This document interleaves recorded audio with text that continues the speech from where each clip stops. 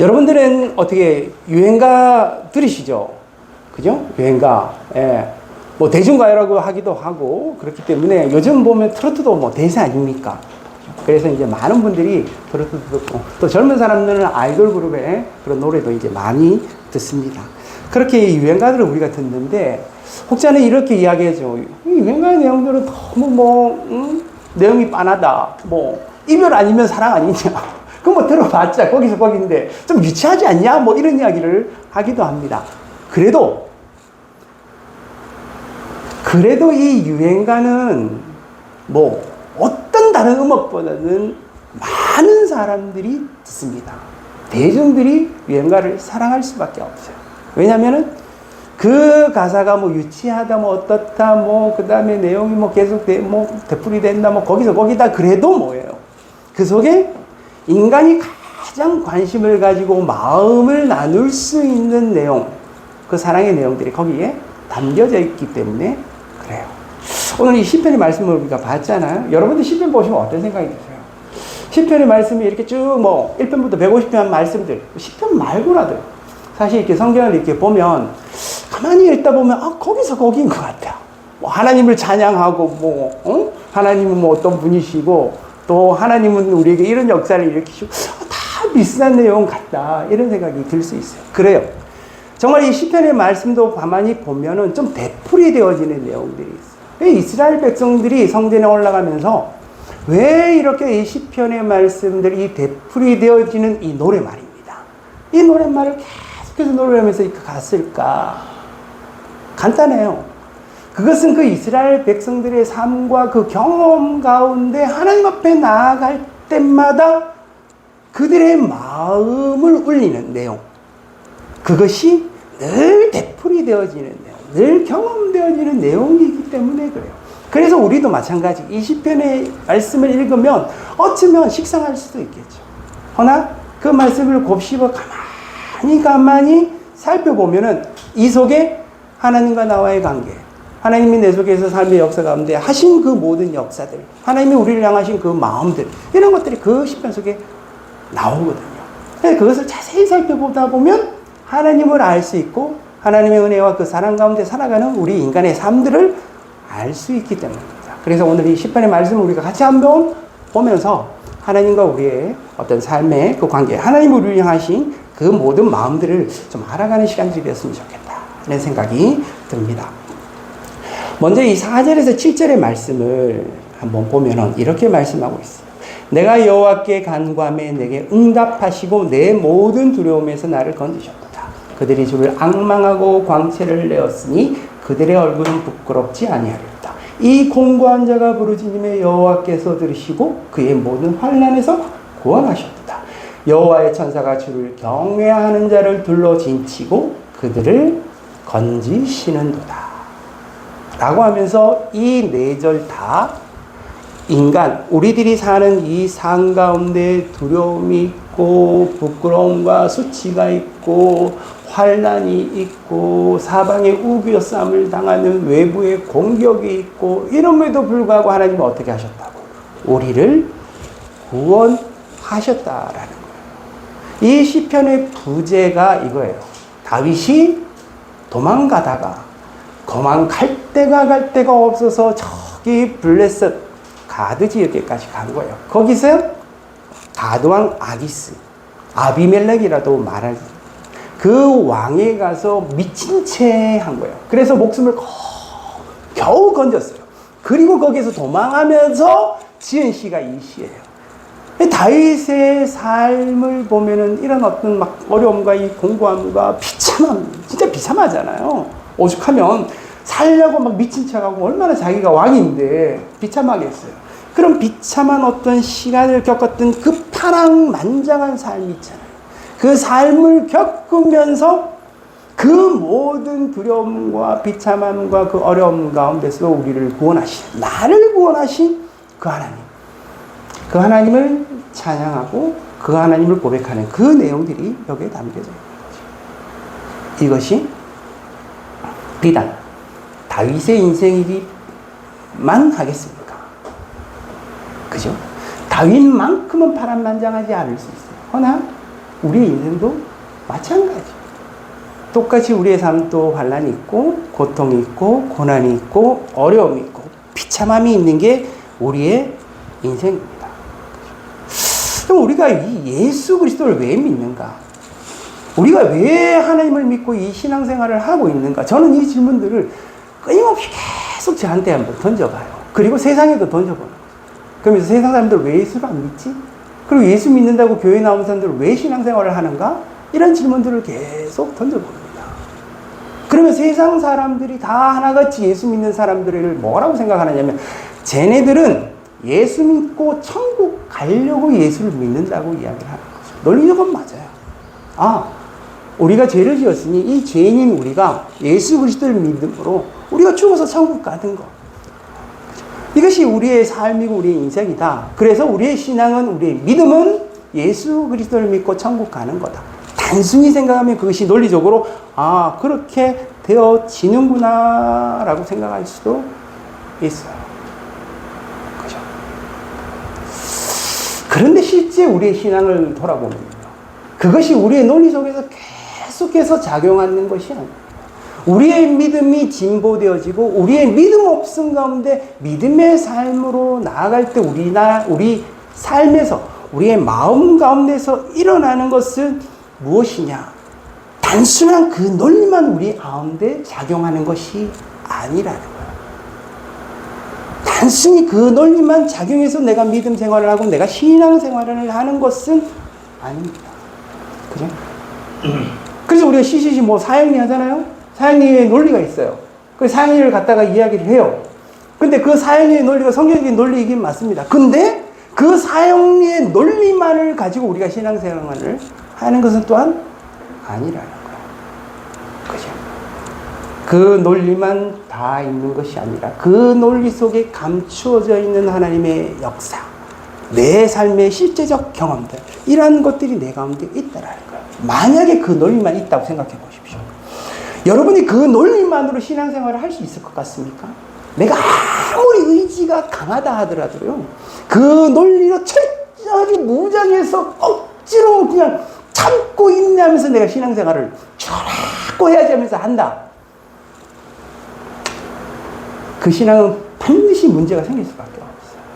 결국은 그것은 내가 누군가에게 무엇인가에게 외식하는 삶이 되어질 수밖에 없고, 나는 내 안에 메마른, 바짝 내 영혼이 메마린 채로 율법적 신앙의 삶들을 살아갈 수밖에 없습니다. 그것은 논리로 설명되어질 수 있는 게 아니라, 우리의 믿음과 우리의 신앙생활은 성경에 나와 있는 이 논리만으로 있는 것이 아니라 이 논리를 통하여 드러나게 되어진 하나님의 실제적 역사, 실존적 하나님의 역사들이 그 속에 있다라는 거죠. 그래서 우리들은 그 신앙의 삶들을 살고 믿음의 삶들을 살게 되어진다는 겁니다. 오늘 이 본 말씀을 우리가 다시 한번 살펴보면은 다윗은 이렇게 고백하고 있습니다. 내 모든 두려움에서 나를 건지셨다. 그들의 얼굴은 부끄럽지 아니하리로다. 여호와께서 들으시고 그 모든 환난에서 구원하셨다. 둘러 지치고 있는 그들을 건지셨도다. 그 우겨삼을 당하고 두렵고 고통스럽고 힘겨운 그 삶 가운데 하나님을 나를 구원하셨다. 이것이 다윗이 실제적 삶의 경험들이었어요. 실제적 삶의 경험들. 우리가 이러한 삶의 순간들을 마주하게 될 거예요. 여러분들은 어떤 순간에 두려움을 느끼시나요? 사람은 보통 두려움을 느낄 때는요, 내가 이 상황을, 내게 닥쳐온 이 사건을, 이 문제를 스스로 통제할 수 없다라고 생각되어질 때 두려움을 느낍니다. 갑자기 어두운 산길을 걷는데 등골이 오싹해지잖아요. 이건 뭐예요? 내가 통제할 수 없는 귀신이 나타나면 어떡하지? 갑자기 확 무서운 거예요. 그죠? 간단하게. 내가 뭔가 사건을 마주쳤는데 이것은 내가 컨트롤할 수 있는 게 아니야. 내가 어떻게 해야 되지? 그러면 그 속에서 내게 찾아오는 게 두려움인 거예요. 나는 할 수 있는 게 없구나. 어떡하지? 벌벌벌 떨 수밖에 없는 거. 내가 정말 힘센 상대를 만났어요. 내가 쟤하고 싸우면 못 이길 것 같아. 나는 쟤를 통제할 수가 없어.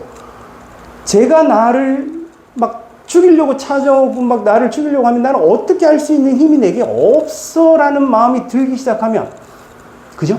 그것은 내 마음속에서 심리적으로 두려움이 찾아오게 돼요. 즉 내가 컨트롤할 수 없는 그런 사건과 상황들을 맞닥뜨리게 될 때는 두려움이 찾아올 수밖에 없는 거예요. 그죠? 두려움이 찾아올 수밖에. 그 두려움 가운데 나를 구원할 수 있는 길은 어디에 있을까? 그 두려움 가운데 헤어나오지 못하고 평생 그 두려움 가운데 살아가는 사람들도 우리들은 만날 수도 있습니다. 근데 그 하나님은 우리를 그 두려움에서 어떻게 해요? 건지셨다라는 거죠. 이것이 다윗의 고백이에요. 다윗이 또 이렇게 고백을 합니다. 그들이 주를 앙망하고 광채를 내었으니 그들의 얼굴은 부끄럽지 아니하리로다. 이게 그들이 하나님을 믿는 하나님의 백성, 즉 다윗을 이야기합니다. 부끄럽지 아니하다라는 거예요. 부끄럽다. 수치스럽다. 우리들은 어떤 조건이 되었을 때 우리들의 부끄러움과 우리의 수치가 드러나게 돼요. 다윗은 마찬가지잖아요. 그 속에서 들어갔을 때 자기가 아무것도 할 수 없는데 미친 척 하는 게 얼마나 부끄럽겠어요. 그죠? 네. 자기가 왕이었는데 도망가서 미친 척 하니까 너무 그것이 수치스러워. 즉, 내 안에 너무나도 부족하고 나약하고 할 수 없는 그 아무것도 없는 것에 대한 것들이 까발려지는 거예요. 세상 가운데. 이게 우리 안에 부끄러움이에요. 이 다윗만큼 극적인 부끄러움만 있는 것이 아니에요. 인간에게 있는 가장 우리에게 어렵고 하고 힘들게 하는 게 이 부끄러움과 수치예요. 나의 모난 부분들이, 나의 연약한 부분들이, 나의 이 죄된 부분들이, 나의 삶의 변명들이, 나의 어떤 숨기고 싶은 것들이 세상 가운데 까발려지고 노출되어지고, 어떻게 하면 감추고 싶어서 감추려고 하죠. 그죠? 그럼 어떻게 하겠어요? 피해 다니는 거예요. 그 노출의 장소를 피해 다니고, 그 사람들을 피해 다니고, 그래서 은둔 생활을 하기도 하고, 안 되면 마스크를 쓰기도 하고, 이러면서 그 부끄러움과 그 수치를 감추려고 하는 거예요. 그게 삶을 오래 산 사람들에게만 나타내는 게 아닙니다. 우리가 이렇게 아이들을 보면서 아이들이 거짓말 할 때가 있어요. 그죠? 근데 그 거짓말 할 때 아이들에게 가장 크게 상처를 주고 가장 힘들게 하고 그 삶 가운데 가장 어둠 속으로 끌고 가는 게 뭔지 아십니까? 수치예요. 그래서 애들한테 거짓말 하지 말라는 거예요. 그 아이를 위해서. 이 거짓말이 결국에는 숨기려는 것 때문에 생기는 거거든요. 근데 그 거짓말이 모이면은 자기의 수치로 잡아요. 결국에는 자기 모든 것들을 숨기려고 하는 것들로 드러나고 나타날 수밖에 없어요. 이런 것들 왜 나타나냐면 주변에 있는 이 세상이 내게 이렇게 오는 어떤 공격의 화살들, 이런 것들을 내가 막고 싶은데 내가 스스로 막을 힘들이 없으니 그것을 자꾸 피해 다니고 숨어 다니는 것들이 내 안에 수치로 계속해서 쌓이고 자리 잡게 되어지는 거예요. 네. 이것이 우리의 삶 가운데 축적되어 있는 모습으로 나타나고, 이것은 어른들뿐만 아니라 어린 아이들에게도 나타나는 모습이기도 합니다. 세상에 밝은 이 광명의 이 세상 가운데로 나가기에 어렵게 만드는 것 중에 하나가 바로 이 수치, 이 부끄러움이에요. 그 부끄러움 가운데 이 구원을 이끌어 가시는 분이 바로 하나님이셨다. 그러면서 6절에 이 공고한 자가 부르짖음에 여호와께서 들으시고 그의 모든 환난에서 구원하셨도다. 우리가 세상을 살면은 내가 예상치도 못한 어떤 재난이 나에게 닥쳐오기도 합니다. 어떤 사건들이 내게 닥쳐오기도 합니다. 그것이 이제 환난과 같은 거예요. 그죠? 막 광풍이 부는 듯이 내게 막 찾아오는 거예요. 어려움이 하나에 있을 때는 내가 한번 견뎌봐야지 하는데 그 어려움에 더 어려운 것들이 내 뒤에 쫓아오고 막 이러면은 더 힘들고 더 고통스러운 것들이 내게 이렇게 막 찾아오고 이러면 정신 못 차려요. 뭐 두려움도 있을 뿐만 아니라 그 환난에서 어떻게 하면 이 환난에서 이렇게 벗어날 수 있지? 어떻게 하면 내가 이 상황 가운데 어떻게 하면 저 사람의 손에서 내가 벗어날 수가 있지? 어떻게 하면 내가 이 삶의 순간에서 벗어날 수가 있지? 요즘 소상공인 이야기 많이 하죠. 빚더미에. 그 사람들은 희망을 가지고 가게를 차렸을 거예요. 가게를 차렸는데 하다 보니까 노력을 했겠죠. 하다 보니까 또 안 되는 거예요. 여러분, 그 안 되는 사람들, 그 사람들만 탓할 수가 있겠어요? 세상이 그렇잖아요. 자기는 그렇게 될 줄 몰랐어요. 그런데 하다 보니까 최선을 다했는데 그 빚 때문에 나잖아요. 환란과 같은 거예요. 그 사람들 답이 있습니까? 답 못 찾아요. 정말 그 사람들한테 우리가 손가락 쥐면 너 노력해야지. 더 힘들게, 너 진짜 일을 악물게 했었어야지. 이렇게 이야기할 수도 있어요. 얼만큼 일을 악물어야 그 사람들이 그 환란에서 건짐을 받을 수 있겠어요. 그런 것들 우리의 삶 가운데 찾아올 수 있는 거예요. 그 절망의 순간, 그 환란의 순간들이 우리에게 찾아올 수 있는 거죠.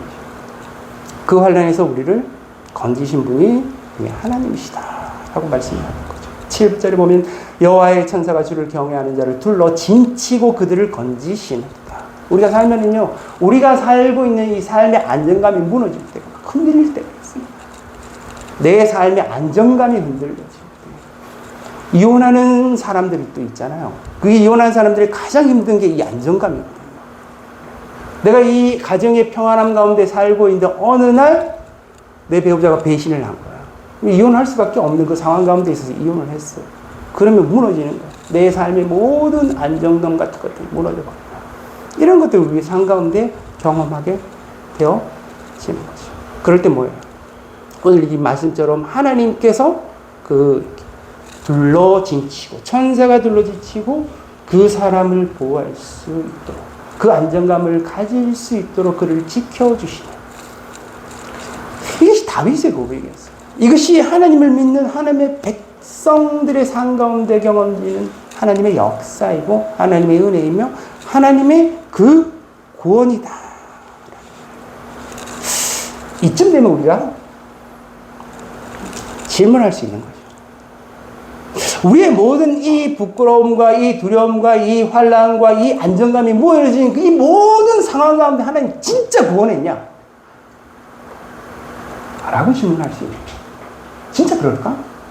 진짜 그렇게 구원해 주실까? 우리가 그 모든 문제와 그 사건과 그 모든 것들을 하나님께서 진짜 해결해 주시냐? 라고 질문할 수 있는 거예요. 여러분 어떻습니까? 과연 그럴까요? 하나님이 정말 그 모든 삶의 문제들을 해결해 주시고 우리를 구원해 주셨을까요? 우리가 이 인생을 살면은요, 이러한 모든 순간들이 우리에게 찾아옵니다. 근데 이것이 절대적 기준이 아니에요. 이 정도는 네가 견딜 수 있어. 이 정도는 네가 못 견뎌. 이런 게 아니에요. 이것은 언제나 내 개인의 입장에서 봤을 때 상대적으로 느껴져요. 상대적으로. 내가 견딜 수 있을 것 같고 견딜 수 없을 것 같고라는 것은 절대적 기준이 아니라 내 상대적 기준에서 그것을 경험해 가는 거예요. 그런데 이런 고난과 어려움과 이 두려움이 있을 때 인간은 절대 행복할 수는 없어요. 그래서 스카픽 박사 같은 경우는 아직도 가야 할 길이라는 그 책에서 뭐라고 이야기냐면, 이런 모든 환난과 이 고통의 순간에서 내가 그것을 이겨 넘겨본 사람의 삶의 훈련, 그 내공이 있는 사람만이 삶을 살 수 있다라고까지 이야기합니다. 즉, 내가 살면서 가지고 있는 인간의 심리적 트라우마, 살면서 가지는 뭔가 어려움 속에서 내가 지금 심리적인 어떤 그런 문제들, 이런 것들이 나를 힘들게 하고 나를 불행하는 게 하는 것이 아니야.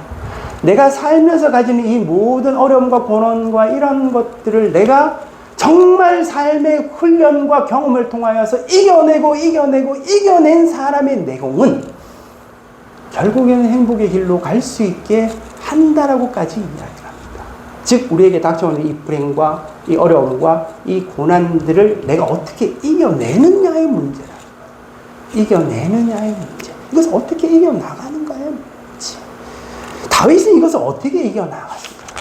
다윗은 이것을 어떻게 이겨나갔을까? 이게 사라지지 않았어요. 다윗에게도 여전했고, 그 앞으로도, 그 뒤로도 계속해서 이어지는 배신이 있고, 막 도망이 있고, 막 무서움이 있고, 두려움이 있고, 계속해서 있었어요. 그걸로 끝나지 않았거든요. 근데 그 다윗은 무엇이 있었다? 하나님을 아는 힘이 있었다. 그죠? 이게 차이였어요.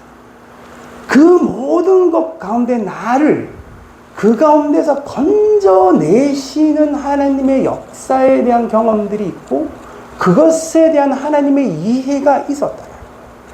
그래서 거기에서 나는 그 상황과 고난과 이런 것들이 어떻게 내 안에 다시 한번 내를 힘들게 하지만 그것에 무너지지 않고 일어설 수 있는 그 모든 삶의 모든 비결들이 하나님한테 있다는 것들. 하나님이 그 일들을 이루어 가신다는 것을 그가 믿고 그것을 경험하게 되었다. 그러면서 그 속에서 다시 일어서는 거예요. 그러면서 다시 나의 하나님 나를 여기서 건지시는구나. 이 모든 것들을 해결해 가시면서 나의 삶을 다시 한 걸음 한 걸음 걸어가게 하시는구나 라는 것을 이 다윗이 경험하고 그것을 알게 되었다라는 거예요. 자, 우리가 예수 그리스도를 믿는다는 게 뭔 것 같아요? 아까 우리가 생각했던 그 논리 있잖아요. 우리가 그 논리를 믿기를 믿습니다. 그래서 그 논리를 믿기 때문에 우리는 예수 그리스도를 잘 믿기 위해서 이렇게 할 거예요. 하나님을 잘 믿기 위해서 계명을 열심히 지켜야겠다. 하나님을 잘 믿기 위해서 우리가 죄를 짓지 말아야 되겠다. 하나님을 잘 믿기 위해서 주변에 어렵고 힘든 사람들을 잘 도와주고 섬겨주고 그 사람들을 선한 길로 인도해야 되겠다. 이런 생각을 할 거예요. 그죠? 근데 정작 중요한 게 빠졌어요. 내가 무엇을 해야 되느냐보다 더 중요한 게 있었어요. 하나님이 누구냐라는 거예요. 하나님은 과연 어떤 분인가? 나의 이 고통의 순간에 하나님은 뭔 생각을 하시고 계실까? 하나님은 나의 이 두려움과 이 수치 가운데 꽁꽁 숨어서 은둔하고 있는 나에 대해서 어떤 생각과 어떤 마음을 가지고 계실까? 정말 하나님은 어떤 분이신가에 대한 이해 말입니다. 그렇죠? 하나님 과연 어떤 분이시? 이게 우리의 믿음의 신앙생활의 가장 큰 초점이에요. 이걸 아는 것이 우리의 믿음이고 우리의 신앙입니다. 그게? 그래, 이 4절에서 7절에 있는 이 다윗의 고백 전에 다윗이 하나님에 대한 고백들이 여기 담겨져 있습니다. 1절에서 3절까지 이렇게 말씀하고 있어요. 내가 여호와를 항상 송축하며 내 입술로 항상 주를 찬양하리라. 내 영혼이 여호와를 자랑하니 공고한 자들이 이를 듣고 기뻐하리로다. 나와 함께 여호와를 광대하시다며 함께 그의 이름을 높이세. 그 하나님은 어떤 분이에요? 내가 항상 찬양하고 송축할 수 있는 하나님이다. 그 하나님은 내가 자랑할 수 있는 하나님이다. 그 하나님은 내가 생각해보니 너무나도 넓고 광대하신 창조자, 주관자 그 하나님이시다. 하나님이 우리에게 원하시는 건 하나님을 찬양하는 거거든요. 그죠? 우리가 누군가를 찬양하는 것은 우리 입장에서 생각해보면 좀 비굴하게 뭔가 누군가에게 아첨하는 것 같고 뭔가 누군가에게 나답지 못한 나의 자존감이 무너지고 내가 무엇인가 의존되어 있어서 그 사람을 의존하기 때문에 그 사람을 찬양하고 이런 것처럼 느껴질 수 있어요. 그래서 하나님을 찬양하라, 하나님을 예배하라, 하나님을 경배하라는 것에 대한 거부감들이 우리 안에 있을 수 있어요. 저기 북한처럼 막 진짜 북한 사람들이 실제 생활이 그래요. 그 사람들은 장군님을 막 찬양하잖아요. 그 장군님 우리를 먹여 살리시고 하면서 거기에 빠져 있어요. 실제 북한 사람들은. 그런데 이제 나오면 깨닫게 되는 거예요. 실제 그렇지 않구나. 그렇게 막 김일성, 김정일, 김정은 이렇게 장군님을 찬양하는 그 사람들처럼 나도 아무 생각 없이 그냥 하나님을 찬양하는 것은 아닌가? 여기에 다른 게 있어요. 하나님은 실제 하나님은 왕의 왕이십니다. 실제 하나님은 창조주이시고 실제 하나님은 주관자이세요. 실제 하나님은 나를 억압하고 나를 막 공격하고 나를 막 묶어서 막 끌고 가는 하나님이 아니라 나를 너무나도 관심과 사랑과 은혜를 가지고 나를 인도하시고 이끌어 가시는 하나님. 그죠? 우리 인간이 살면서 가장 힘든 것 중에 하나가 이 고독이거든요. 주변에 사람들이 많아요. 자식도 있고, 부모님도 있고, 친한 친구도 있고, 형제도 있고. 그런데 인간이 고독합니다. 고독하지 않은 인간은 아무도 없어요. 내 인생을 누가 대신 살아주지 않습니다. 그래서 인간은 고독할 수밖에 없어요. 내 모든 것들을 아무리 가까운 사람이라도 그것을 온전히 이해할 수 있는 사람은 아무도 없습니다. 그래서 인간은 고독해요. 그래서 살아남으려고, 그 고독함 가운데 내가 살아남으려고 내가 온갖 것들을 다 얻으려고 하잖아요. 근데 그 고독 때문에 말라 죽는 거예요. 나 왜 이렇게 슬프고 나는 왜 이렇게 고독하나 하면서 말라 죽는 거예요, 인간이. 근데 하나님께서 우리에게 하시는 말씀이 이거예요. 내가 너희를 고아와 같이 버려두지 않았다. 하나님이 우리에게 알기를 원하는 게 이거예요. 나 너 버려두지 않았어. 내 너와 함께 너 정말 고독하지? 그 고독한 가운데 너와 유일하게 정말 모든 것을 함께하는 분, 임마누엘은 오직 하나님 뿐이십니다. 근데 그 하나님은 어떤 하나님? 너무나도 광대하고 힘이 센 거야. 그분은 완전 창조자이고 주관자이며 이 모든 것을 섭리하시는 섭리자예요. 그리고 나를 너무나도 관심과 그 사랑으로 바라봐 주시고 나의 이 모든 인생을 인도하시고 이끌어 가시는, 완벽하게 내 삶을 채워 가시는 그 하나님만으로도 내 인생은 충분할 수밖에 없는 온전하신 그 하나님이 나와 함께 하신다네. 이게 다윗이 알고 있는 이 하나님이에요. 그러니 어려움이 와도 막 부끄럽고 수치가 와도 환난이 와도 정말 사방에 막 공격하는 자리에서 우겨쌈을 당하여도 그 안에 무엇이? 평안입니다. 하나님 때문에 가지는 평안. 이것이 우리가 살아가야 될 믿음의 삶이고 그것이 우리가 살아야 될 삶의 실제라는 거예요. 세상에 보면 별반 다르지 않습니다. 우리 당하는 고난과 부끄러움과 수치와 이런 것들이 세상에 살면 우리가 별반 다르지 않아요. 근데 우리 안에 뭐가 있어요? 하나님이 계십니다. 세상이 알지 못하는 하나님이 내 삶 가운데 행하시는 역사들이 있는 거예요. 세상이 알지 못하는 내 마음 깊은 곳에서 행하신 하나님의 어루만지시는 그런 하나님 되신 주되심의 왕되심의 그 통치가 우리 안에 있는 거예요. 나는 막 온갖 것들이 나를 힘들게 하여도 나는 그것을 이겨낼 수 있는 강력한 힘이 그 하나님 가운데 이게 이 찬양이에요. 이것이 다윗을 고백하는 거예요. 여러분 아무리 힘들어도요 다윗만큼 힘들지는 않을 겁니다. 정말 그만큼 힘들지는 않아요. 그렇죠. 이 다윗이 위대함이 거기에 있어요. 그 고통 가운데 하나님을 더 경험할 수 있는 축복입니다. 그 고통과 그 고난이 있어서 오히려 더 다윗은 하나님을 알고 하나님을 경험하고 하나님의 은혜를 누리고 그 믿음의 삶 가운데 있었던 겁니다. 우리의 삶이 힘들고 외롭고 부끄럽고 정말 수치스럽고 숨고 싶고 이런 것이 우리의 인생일 수 있어요. 그러나 그 가운데 하나님이 우리를 건져가시고 우리와 언제나 함께 하시며 우리의 삶의 길들을 인도해 가시는, 죽을 때까지 죽은 후에도 인도해 가시는 그 하나님, 그 하나님을 믿는 믿음의 마음으로 우리가 살았으면 좋겠습니다. 오늘 본문의 마지막에 8절에 이렇게 말씀하고 있어요. 너희는 여호와의 선하심을 맛보아할지어다. 그에게 피하는 자는 복이 있도다. 선하심을 어떻게 해요? 맛보아할지어다. 맛보아 아는 게 중요해요. 우리의 신앙이 이거예요. 하나님을 맛보아 아는 거예요. 이것이 뜬구름 잡는 그런 이야기가 아니라 실제 우리의 삶 가운데 하나님을 맛보아 아는 거예요. 여러분 이 기회를 놓치면 안 돼요.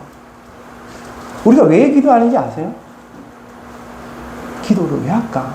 하나님 모든 것들을 아시는데, 뭐 내가 바라는 거 다 아시는데, 내 힘든 것도 다 아시고, 내가 바라는 소원도 다 아시고, 내가 얼마나 죄악 가운데 있는지도 아시잖아요. 근데 굳이 기도하라고. 항상 기도하라고.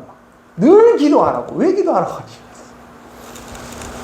기도 안 하면 모르거든요.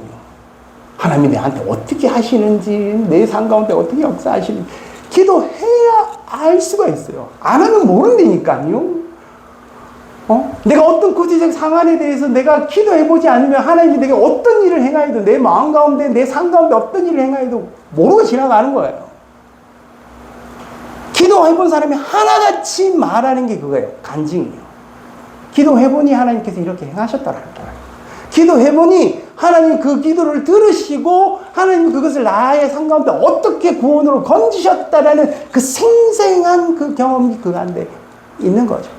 그거는 기도 안 한 사람은 몰라요. 기도 해본 사람은 아는 거예요. 그것을 맛보아 알기를 원하는 게 하나님의 마음이에요. 그래서 우리가 기도하는 거예요. 뭐? 맛보아 알기 위해서. 안 그러면 모르니까. 맛보아 알기 위해서 기도해보면 하나님께 뭐라고 말씀도 해주시고 우리 삶 가운데 실제 역사도 이루어지시고 이러니까 하나님이 정말 이 성경에 있는 말씀처럼 다윗이 고백했는 것처럼 그런 진짜 하나님이구나 라는 것들을 알게 되는 거죠.